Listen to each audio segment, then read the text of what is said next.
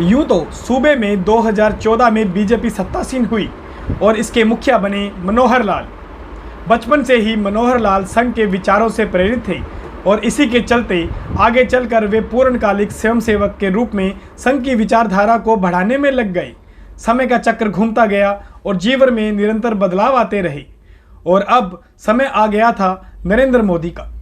सन 2014 में मनोहर लाल ने नरेंद्र मोदी की सीट बनारस में जमकर उनका प्रचार किया और ये सीट बीजेपी के पाले में लाकर रख दी और इसके साथ ही हरियाणा प्रदेश में भी केंद्र के साथ ही बदलाव की बयार आ गई और उसके कुछ माह बाद ही सूबे में आम चुनाव हुए और बीजेपी की जीत हुई। इस मोदी के लाडले को मिल गई सूबे की कमान। जैसे ही मनोहर लाल सूबे के मुख्यमंत्री बने तो शासन करना कोई सरल नहीं था, क्योंकि पहली बार प्रदेश में बीजेपी की सरकार बनी थी और मनोहर लाल भी पहली बार विधायक और मुख्यमंत्री। लेकिन उन्होंने अपनी सूझबूझ के दम पर जल्दी ही सारा काम समझ लिया और दोनों विपक्षी दलों के मुंह बंद कर दिए और इसी के साथ ही उन्होंने नए नए मास्टर स्ट्रोक लगाए, जैसे नौकरियों में मेरिट, आधार कार्ड के दम पर पेंशन, CLU में रिश्वतखोरी का सफाया किया और तो और उन्होंने पत्रकारिता क्षेत्र में भी पेंशन की शुरुआत की। उन्होंने जाना कि एक पत्रकार के जीवन में क्या चुनौतियां होती हैं। वे खुद कहते हैं कि पत्रकार सबसे सॉफ्ट टारगेट होता है। इसके साथ ही उन्होंने अब पेंशन को महंगाई के हिसाब से बढ़ाया भी। इस सरकार में युवा रैलियों में दरी बिछाकर नौकरी पाने की इच्छा नहीं रखता, बल्कि वो दिन रात पढ़ाई कर नौकरी पाने का सपना देखता है। अब भाई व्यवस्था परिवर्तन हुआ तो विपक्ष को अपना भविष्य नजर आ रहा है, तो उनका शोर मचाना राजनीतिक मजबूरी है। जो कहते थे इसने राज चलाना कौनी आवे, अब उनकी दुकानें बंद कर दी। उनके इसी काम करने के कारण लगता है पहले की सरकारों में पटवारी से लेकर अधिकारी सब कोठी पर हाजिरी मारते थे, लेकिन अब ऐसी व्यवस्था कर दी कि पटवारी अपने दफ्तर में जनता के सामने हाजिर होता है। पहले के राज में और आज के राज में फ़र्क है। वो भीड़तंत्र में यकीन रखते थे और ये लोकतंत्र में।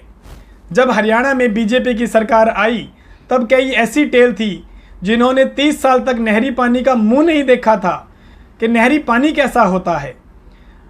अब उन टेलों में भी पानी पहुंचाया गया है। इस सरकार का फैसला है कि प्रदेश में हर किसान, चाहे वो टेल पर हो, उसे उसके हक का पानी मिलना चाहिए बिना भेदभाव के।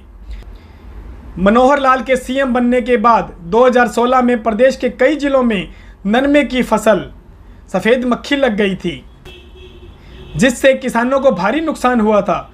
सरकार ने किसानों की पीठ नहीं लगने दी, 12,000 प्रति एकड़ का मुआवजा दिया, तुरंत बिना किसी बिचौलिए के सीधा किसान के खातों में भिजवाया, जिसे सभी किसान भाइयों को नुकसान की भरपाई हो सके।